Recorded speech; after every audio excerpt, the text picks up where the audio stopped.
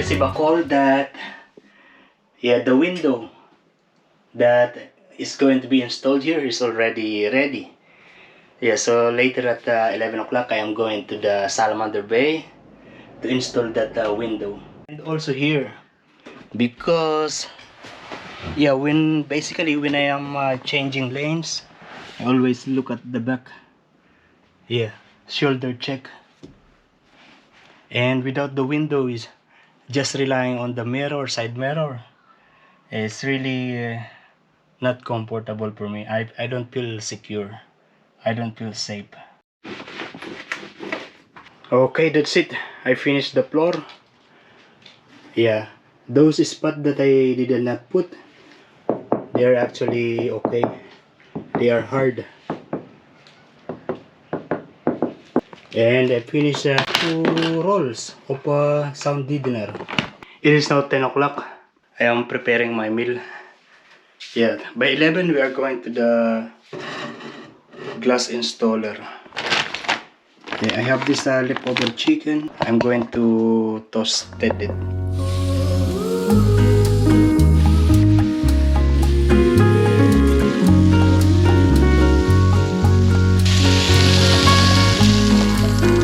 And I'm going to put some of this Mang Tomas all-purpose sauce. This is coming from Mr. Mike. One of the many things, many food that he gave me.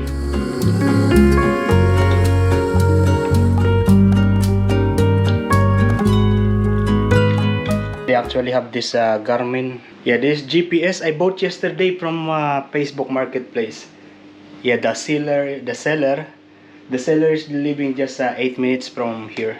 This van has this infotainment system, but it doesn't have GPS, no navigation. And like what I've said, I'm not yet allowed to use a mobile phone as a GPS.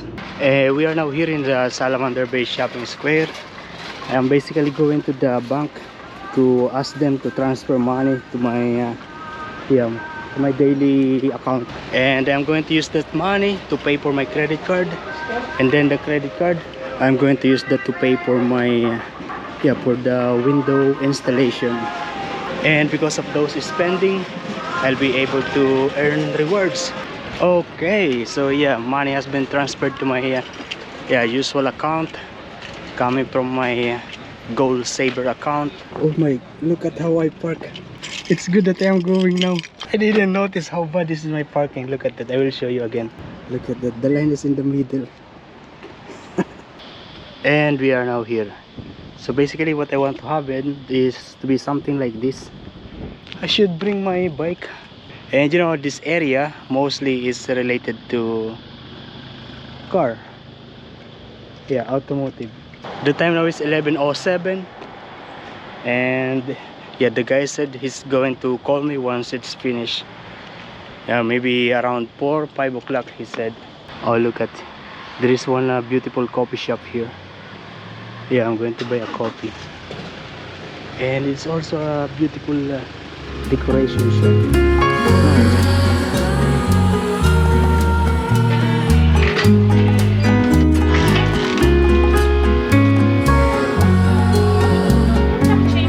And I have this cappuccino. It tastes bitter but good. So what I'm going to do now to go back to the town center is to wait for the bus. I don't know what time is it coming. I am surely going to spend a lot of money to this van. Because I am going to convert it into like a home, like a house. I'm going to have a bed, I'm going to have a toilet, a sink, a battery system. Those are some of the things that I'm going to put inside the van. So I'm expecting to spend over $5,000. Look at these motorhomes. For sure it is complete. It has everything inside, but I'm not yet comfortable of owning something like that. First of all, because that is very big, and second of all, it will cost it's not good to be a daily car. I choose the van because a van is still good as a daily car. Like my landlord, his car is a van. Yeah, my previous landlord, his daily car is a van. Still, there's no waiting area. Run, run, run. I may be going to walk all the way to Salamander Bay Shopping Center, and that is far. Yeah, over 4 kilometers for sure. Another kind of van is this. Yeah, this is the Volkswagen Crafter. I think that's the perfect one, but also still not good as a daily car.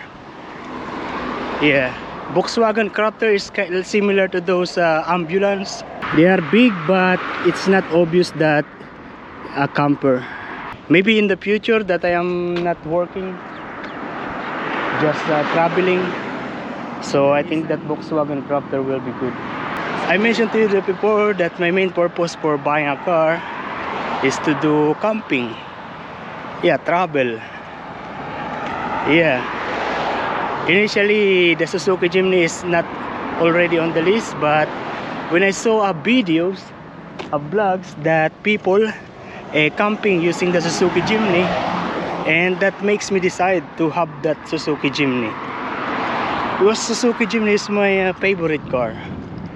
It's not a dream car, just a favorite car. I don't have a dream car. This heat of the sun is sure going to give me sunburn later. Yeah. Oh, look at that. That is one of the Volkswagen Crafter. Yeah, you notice that's too big. Not good for a daily car. I also thought of getting just something like that, a trailer, but yeah, it's not convenient for me. Yeah,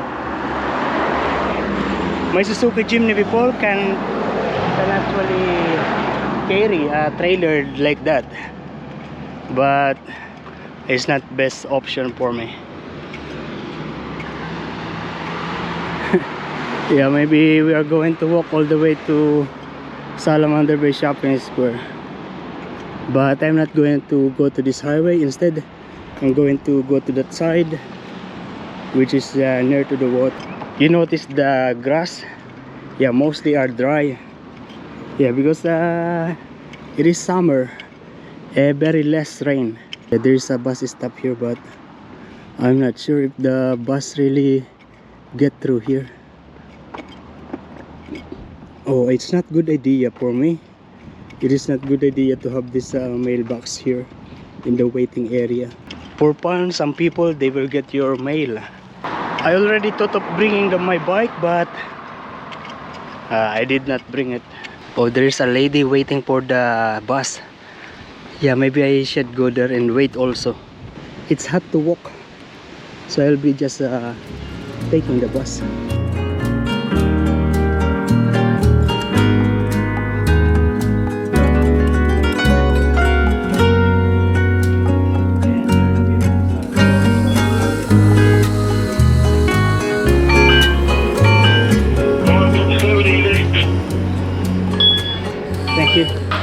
You know, I am tempted to get one of these. Yeah, basically this Perex 6 pieces cut of yeah, drill, impact driver, angle grinder, torch, circular saw, and USB power station. Yeah, I can use that to build my campervan, especially the circular saw. It's $199. Before it was $245. I am tempted. This place is becoming really a commercialized. Even that side, before there is no buildings, and now it's fully occupied. And I am here in Kmart, and I'm actually planning to get one of these. Yeah, this tape measure. I have one of these in the house, but the small one. It's good only when I am in front of the computer and trying to measure something that I saw online. This one is good for actual measurement, especially when I'm doing the Yeah, van conversion. Yeah, notice that the car park is full of cars. Inside is busy actually. Yeah, the food here is delicious. I like. We always have a takeaway from here, master noodle. And in here, if you don't have a job, you can go inside and apply for a job, and they will find a job for you. Yeah, so basically this is like an agency if you are looking for a job, and there are many places like this where you can, yeah, they are able to find a job for you. Oh, there is a chimney again. Yeah, I really miss the chimney, but I'm excited with my van. Okay, that's it. I've been to all the shop and department store, and now I'm going home. Yeah, the waiting area for the bus is just that side.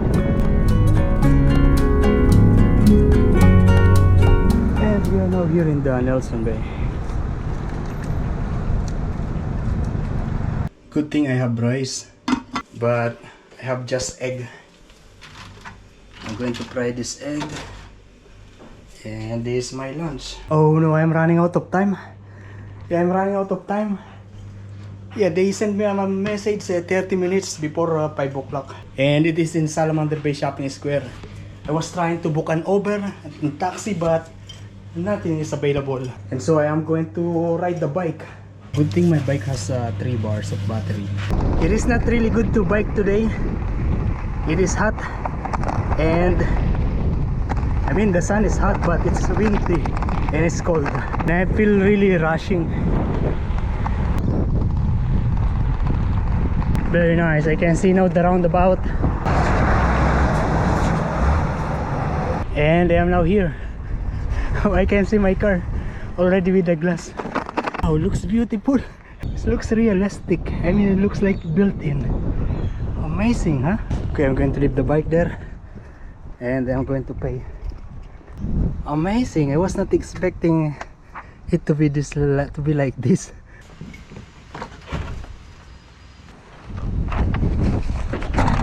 And let me show you, this is how it is inside here. Yeah, they put a very tight kind of thing. I don't know. My bike has been very noisy. It was sliding everywhere. And we are now here in Bunnings warehouse. I am going to buy one of these. Yeah, a Michelin. Performance installation for a greener world. Thermal liner handy pack. Yeah, it's a kind of a foam and reflective foil. I'm also going to get one of these foil board.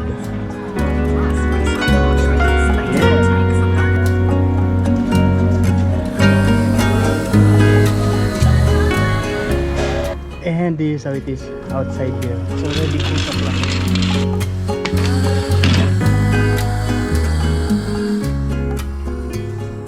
It is now 8:16, but yeah, still bright outside here.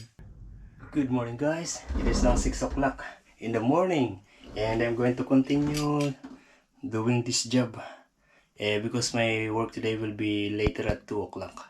I have just 2 sound deadener, and yeah, one of these is about $30, so I feel that it's expensive. And I'm not going to cover everything with this. I'm just going to put it here and on that side, and the rest will be okay. I'm okay with the noise. Actually, when I am driving this van, it is not very noisy. What is more important for me is the temperature, also the money.